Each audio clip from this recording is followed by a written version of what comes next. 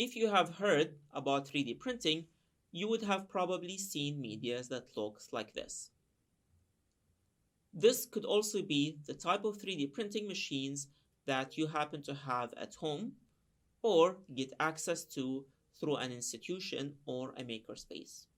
Those are the widespread consumer level printers using diffused deposition modeling technology, FDM. However, many people don't know that FDM is one technology within one 3D printing process.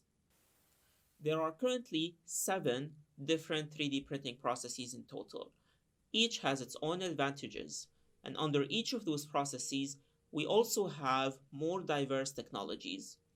Most of the other courses out there only cover FDM, which misses out on a vast majority of possibilities and underestimates the true potential of 3D printing.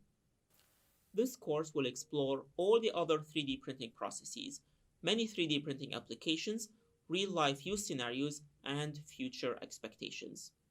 This is why this course will give you a more real picture of the overall landscape and potential of 3D printing, and so you can capitalize on the 3D printing technology to gain serious business value.